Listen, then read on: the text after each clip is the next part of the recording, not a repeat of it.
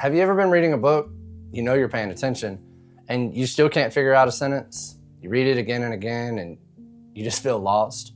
Well, I figured out that the problem isn't always the sentence.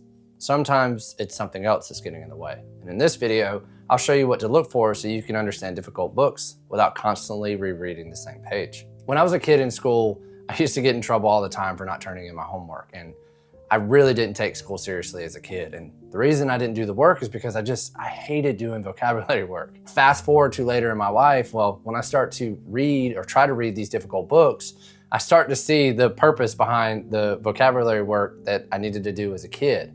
Now, I would consider myself having a decent vocabulary. I wouldn't say that I'm like above and beyond. I'm also not that guy that tries to use smart words just to make myself sound smart. Reading is communication. The author's trying to communicate an idea to you, and your job as the reader is to understand what they're communicating. But if you don't understand some of the language they're using, you're basically trying to have a conversation with someone whose language that you don't fully speak. Sometimes you reread the same information while still missing the thing that's holding you back. So instead of saying I don't understand, I ask myself, what exactly don't I understand? Then I'll look at the sentence and I'll see if there's a word I don't know, if it's structured weirdly, if the author is referring to something from earlier, or if there's an idea I just don't have enough background knowledge to understand. This is where vocabulary experience becomes useful. You don't want to just label the whole sentence confusing.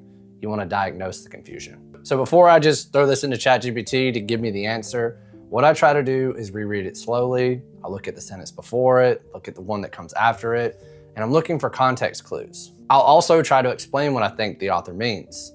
What you're doing is you're essentially giving your brain a chance to work the problem before receiving the answer. And there's legitimate studies in learning science that support this principle.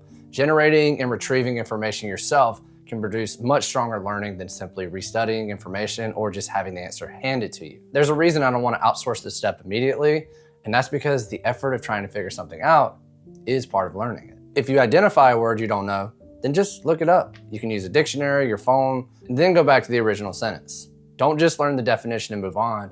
See whether knowing that word actually makes the sentence make sense. That's the important part. You go to the definition, back to the sentence, and then see if you understand the author's point. Now, I'm not saying don't use AI, but use AI after you've figured out what you need help with.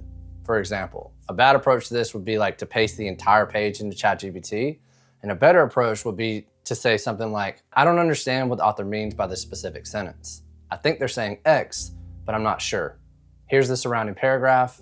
Am I interpreting this correctly? Now you're using AI as feedback rather than replacing the thinking. Confusion doesn't mean that you're bad at reading.